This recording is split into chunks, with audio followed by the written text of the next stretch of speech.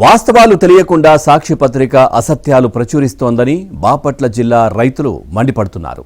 ఇక కారంచేడు మండలం ఎర్రవారంపాలెంలో సాక్షి పత్రిక ప్రతులను నిప్పుల్లో వేసి కాల్చారు. మార్క్ఫెడ్ ద్వారా నల్లబర్లీ పొగాకును ప్రభుత్వం కొనుగోలు చేసిందని రైతులు కూడా తెలిపారు. ఇక ప్రభుత్వంపై సాక్షి పత్రిక అవాస్తవాలు చెబుతోందని ఆగ్రహం వ్యక్తం చేస్తున్నారు. రైతులకు వెంటనే సాక్షి పత్రిక క్షమాపణ చెప్పాలని డిమాండ్ చేశారు.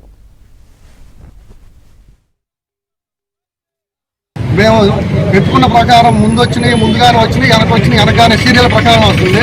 అది ఇక్కడ చేసేదేం కాదు, సీఎం యాప్ నుంచి రావాలా. ఆ సీరియల్ ప్రకారం జరుగుతూనే ఉంది. కానీ కొంతమంది తెలియక రాలేదు కాల్ చేసుకుంటారు. కానీ వాస్తవంగా సీరియల్ ప్రకారం జరుగుతుంది.